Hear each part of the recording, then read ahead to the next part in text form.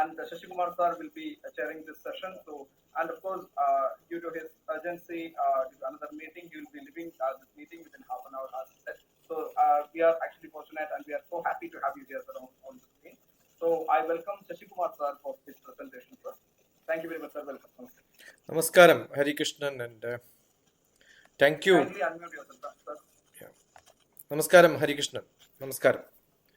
And thank you, Kerala University Department of Sanskrit, especially my sister Dr. Vijaya Kumari and my brother Dr. Krishnan for having me on these global issues and Sanskrit knowledge systems, which was inaugurated by the Governor of Kerala. The convergence of Indian science and ancient knowledge is the subject or maybe the matter which I am going to present to you on this session. I'll be here with you for another maybe 30-40 minutes. The scientific knowledge which originally is a tradition which is of Indian origin. Probably when we look at all the ancient knowledge in the Western system, they will date it probably 10,000 of years. That's all. So you can see the Vedic period recorded by people by some age which is probably 5,000, 10,000 years, etc., etc. 7,000 to 4,000 BC is Vedic age by the people were when we learned the modern science. Similarly, 3,700 BC is the Rigvedic age, 3,000 BC is the Ramayana, Mahabharata. That is what we see. So when we tell ancient knowledge of India, I guess we must understand it is not what the modern scientific people or maybe the modern science project as it is only aged 5,000, 10,000 years. No, it is not. Because our ancient knowledge which we believe we are in the Kali Yuga, where we had the before that the Dwapara Yuga, before that we had the Treta Yuga and Satya Yuga. If you count them, we will see that we had probably Ramayana 16 lakhs years back, because 4,20,000, 8,60,000, in that order it goes. Kali Yuga, and 2 times Kali Yuga is Dwapara Yuga, 3 times Kali Yuga is Treta Yuga. So that is the order in which. So when we talk about ancient knowledge, it is not what is being coined by the new scientific people or the modern social science people which they learn. That is where I wanted to start. And when we talk about Indian knowledge system, it is Bharatavarsha. The India is not the geographical boundary which we have today. But when we come to the scientific knowledge, the science which we had, probably we cannot refer to the Vedic age, because after that we had Bhaskaracharya, Aryabhata, Sushruta, so many other people who Chandragupta, Mahavira, and such people who have taken it from the traditional knowledge and put it forth for us with maths, physics, chemistry, biology, put into different categories. So when we talk about Indian scientific knowledge, probably 700 BC to AD maybe 900, that is the time in which we can see the documented Indian knowledge system. Probably the ancient civilization and the codes which we get from the Westerners will only refer such things, in which we can see mathematics, physics, chemistry, etc., etc., which probably has got a great contribution, where even today in the modern science people don't use it in a day-to-day life, was used by the traditional Indian time in the Vedic system also. If you look at it, the time period, the measurement of time was 34,000 part of a second to 4.32 billion years was measured in the time period. If you look at Surya Siddhanta, the Bhaskaracharya calculates the Earth orbit, the Sun 9 decimal places. That means 365.258756, etc. Whereas the modern science talks about only 4 decimals, 2596 days only, 365.2 time. So we have measurement up to the smallest of the smallest particle, which was not probably part of maths or geography or astronomy, which was also part of our daily ritual of doing Surya Namaskara. If you want an example, if you can look at Yojananam Sahasre Dveshade Dveja Yojane Ekena Nimishardena Kramamana Namastude Yojananam Sahasre Dveshade Dveja Yojane 2202 Yojana. Yojana is 12.11 kilometer. If you multiply, you get the distance from the place where you are standing to the sun. That means earth to the sun. Ekena Nimishardena, half of a nimisha. Half of a nimisha is 0.28 seconds is 1 nimisha. So divide that, will become 0.14 seconds. This is what the modern Indian Scientific Association have validated. That means we knew the measurement of the velocity of light. If you ask when is it, probably millions of years back. That's what you should say.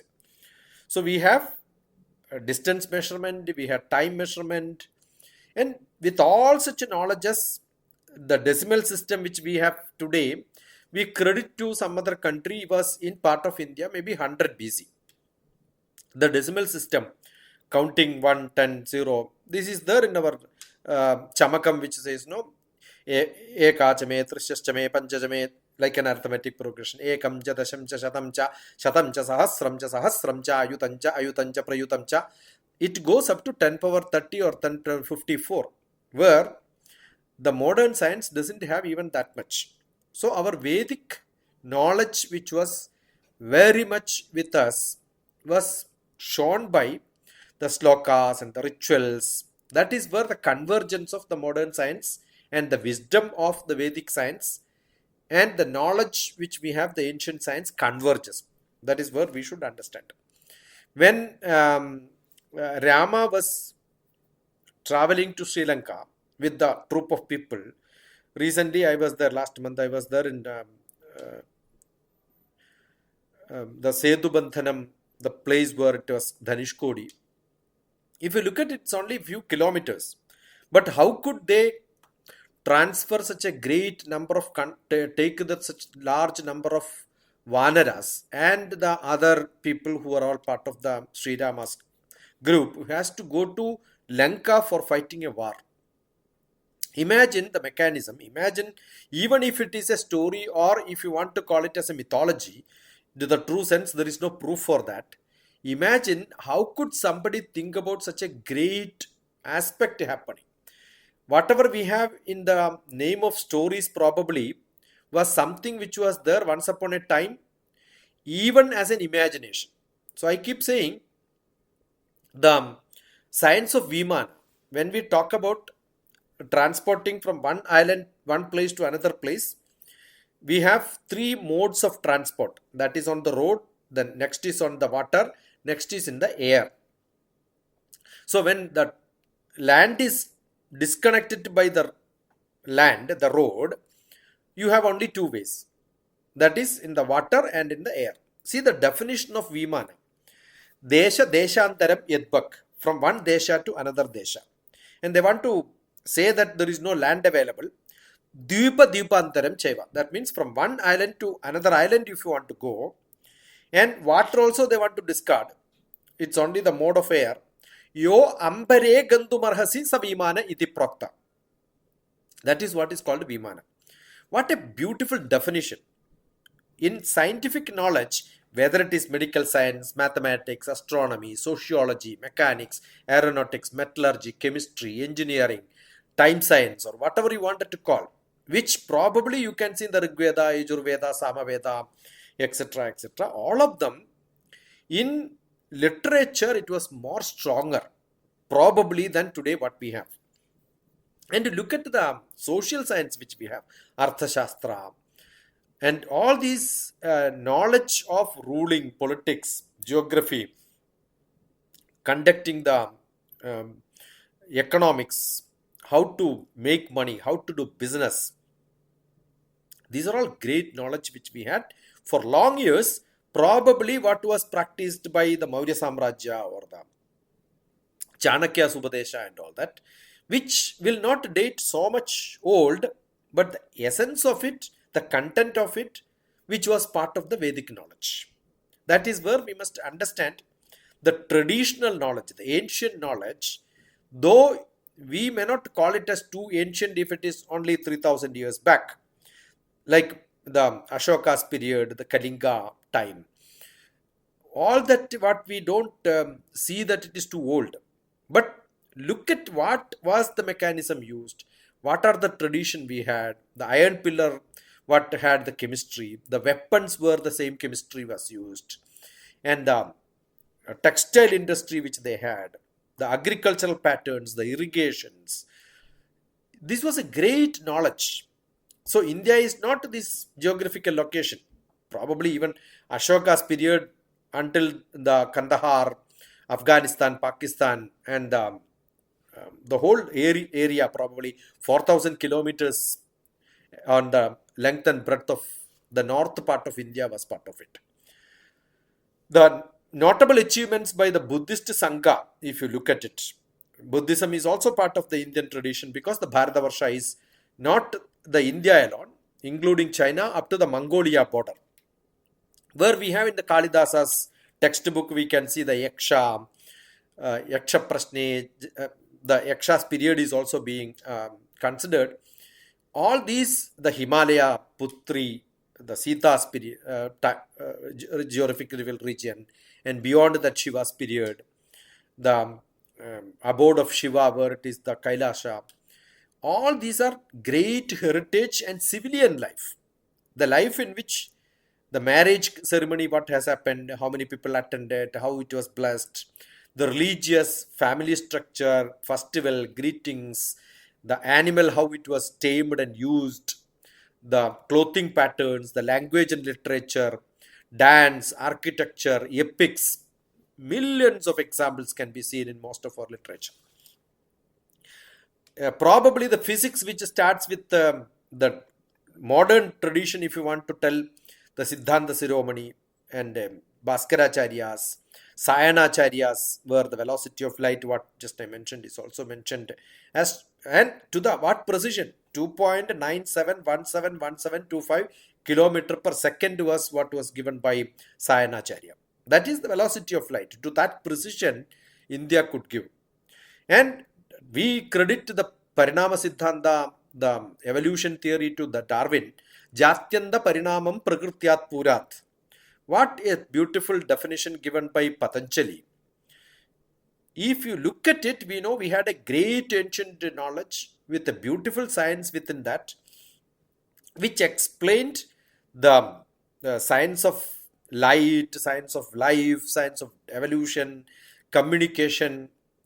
Ajanta and Ellora, probably we have to say that it's only 3000 years back, but the planning, architectural designing, having such a beautiful temple, all these are thousands and thousands of years old. Therefore, civil engineering was great. The tools used for making it will tell you the metallurgy, the science which we had. Why? The conference itself is happening in Kerala University now. The Padmanabha Swami temple, what a great architectural, we can be proud of what happened in Kerala during that time. And we have Rameshwaram temple. Recently I was there, the 1000-pillar temple, where we have got great Khajuraho is a cultural, sculptural wonder of the world. And the metallurgy which we had, which is there in the iron pillar, both in the Madhya Pradesh, Dhar, and as well as in Delhi, which probably we will credit only the 12th century. But the zinc metallurgy, which was approximately 600 BC, what is existing. The Gujarat and Rajasthan, we had zinc mines, and also the weapons were made out of these. Therefore, these are all great knowledge which we have. Now talk about the Indian management system. Now when we talk about management system, we know the Mahabharata, Bhishmopadesha, Chanakya Niti. These are all how the crisis management can be done. how the integrated management can be done, how the family conflict can be resolved. Therefore, the knowledge what we have for long years across different spectrum of science, humanity, social science, civil engineering, astronomy. Astronomical knowledge was great. The earth is the shape of a sphere is mentioned in many of the textbooks here and there. Bhugolam is the word what is used. Not only the earth shape, but the astronomical knowledge up to the extent of cosmology, in which planet to planet, the gravity, that's a universal gravity, and that universal gravity is what is making the planet not to fall. Then where to fall? Patatvayam khe, where it can fall. Akrishti shaktistu mahitaya yat gastam swa abhimukham swashaktya akrishyate, etc., etc. The knowledge of each of the planet has its own gravity and it gets attracted to each other. Therefore, it is balancing and staying there. It cannot fall somewhere because there is no down and up for a space. What a great knowledge is this. And most of our saints were scientists. There is no difference between a saint and a scientist. And those concepts which the scientific knowledge which we had, like the Kannada's knowledge of the atom, if you look at it, the acharyas who were probably 600 BC when we talk about that period of time, they could see something which are invisible for the eyes. But even today, we want to use a micro telescope, probably a microscope, electron microscope, which can zoom to 20,000 times or 2 lakh times to see an atom to that extent, was visible with the naked eye because they're all sages with a great vision, and that vision was absolutely with a spiritual ability which they had. And this is where we have to credit that the Indian ancient knowledge system had the great credit of spirituality added. It's not the physical body which is seeing, it is not the imagination of the brain, it is not what is the intellectual ability what people have. It is the spiritual ability make the fivefold development: physical, emotional, intellectual, social, spiritual. They understood how the cell patterns in the body reacts to situations, reacts to a disease. The biofeedback mechanism which we talk about in the modern science was known to the Indian saints long back. Charaka has used it, Shushda has used it, the self-healing mechanisms.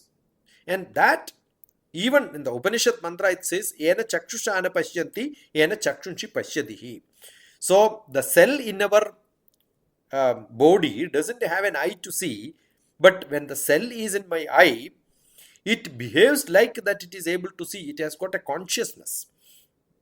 This consciousness is what is the spirituality added to the scientific knowledge.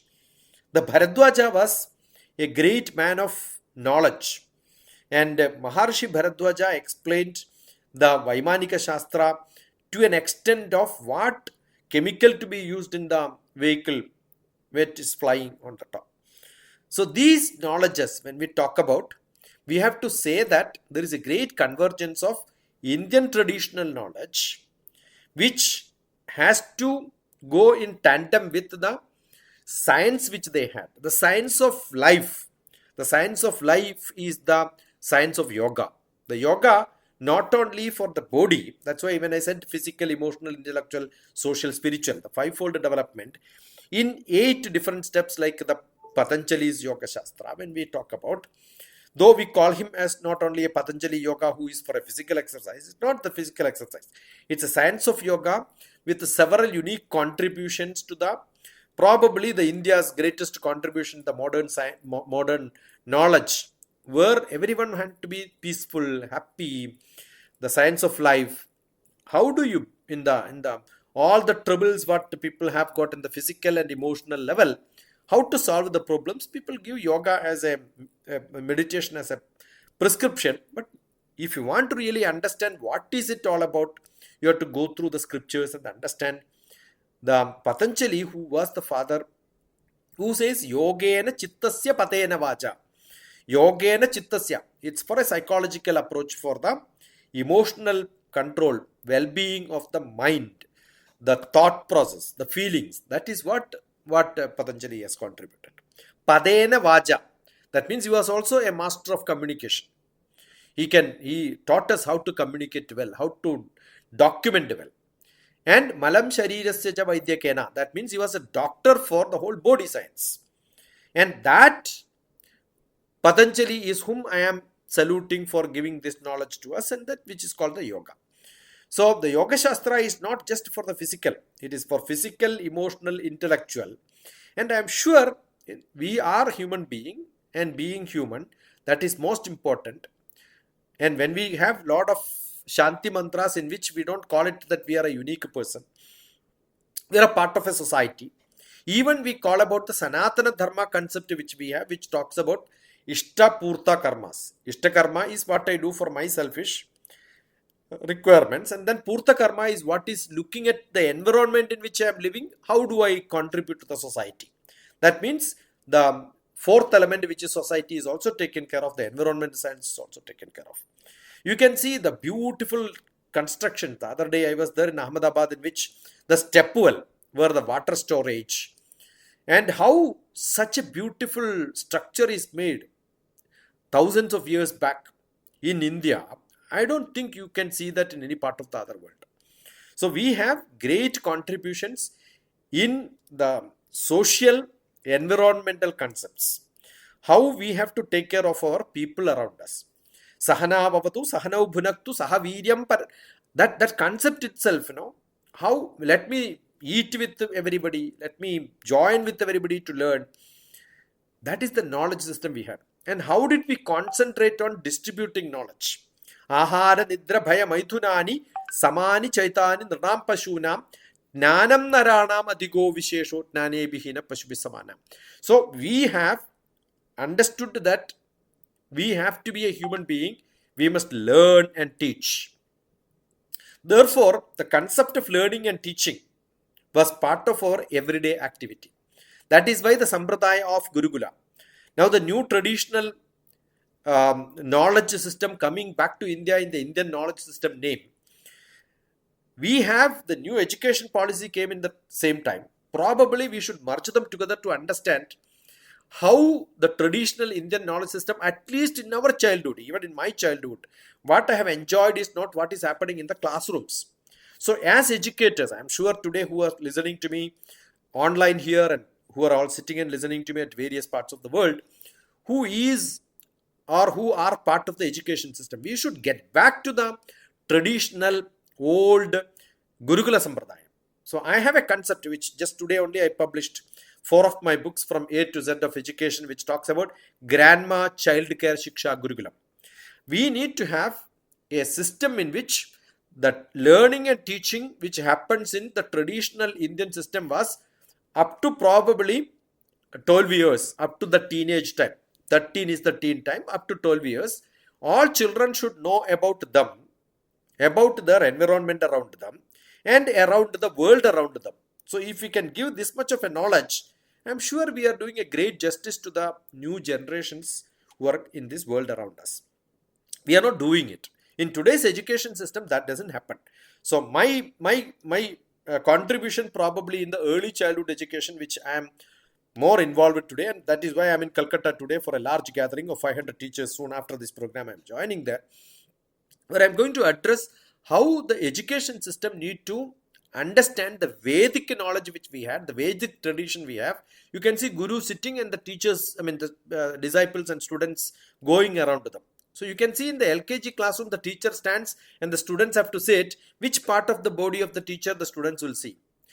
The modern system is not in tandem with the requirements of a student as a student. We are not looking at what the student requires. Probably I keep saying we have classrooms for teachers, we have classrooms for parents or schools for parents, but no schools for the students. We have to make students so eager to know, ask questions. So if you look at the traditional knowledge system, we had Vedas, but we had more number of Upanishads. That means a student is asking questions and then the teacher has to answer. Now, today you look at what is happening in the classrooms and the schools. When I go around, I have gone to millions of teachers and students in this world. When I go everywhere, I see no students have questions. Because what we learn in our childhood is keep quiet. Most of the time, the teachers tell us keep quiet. No, don't ask questions. We are making people to become silent. That is not what is to be done in classrooms. Classrooms have to be very agile, very dynamic, where children can ask a lot of questions. That communication is what is to be understood. If that doesn't happen, what is the purpose of our education? This is where I thought I should have a mechanism in which I can have lot of teaching mechanisms in which the teacher will become a grandparent, the teacher will become a grandmother, sit beside the student and then start making the students to go around the grandmother and then start learning together. That is what my concept of Grandma Child Care Shiksha Gurukulam, were 4 volumes, A, B, C, D up to Z. I've written a book in which the ancient knowledge, that is my topic now, where we will converge the ancient knowledge and the modern science. So I have got chapters in which all the ancient traditional knowledge is also part of the textbook, and also what is called the today's augmented reality, artificial intelligence, the tools which we can use in the multimedia structure, all that can be learned by the student teachers and then make use in the classrooms. So our modern education system should have such a practice where every teacher should get into the knowledge of today's knowledge and take the old system. That is what is Sanatana. What is the oldest of the oldest and the modern, the most modern, mixing them together is the modern knowledge which we have to give to the next generation. That is called Sanatana Dharma. So education system, because we are all teachers and I am sure the community who are listening to them are part of the learning programs, and teaching is the main profession which we are into. We must look at what and how we can contribute to the next generation for taking this message of ancient knowledge. It is not teaching some of the IKS and running a conference. I'm sure it should happen that our knowledge of astronomy, probably it has been diluted by Jyotiṣam. No, we have to understand it very scientifically. Otherwise, a lot of fake people will come. We have to understand the Gaṇitam, what we had, the Ayurveda, what we had, Loha Shastram, what we had, Srishti Shastram, what we had. All that methodologies, what we used for teaching, by different examples, should come back to the classrooms in tandem with the modern knowledge from the early childhood.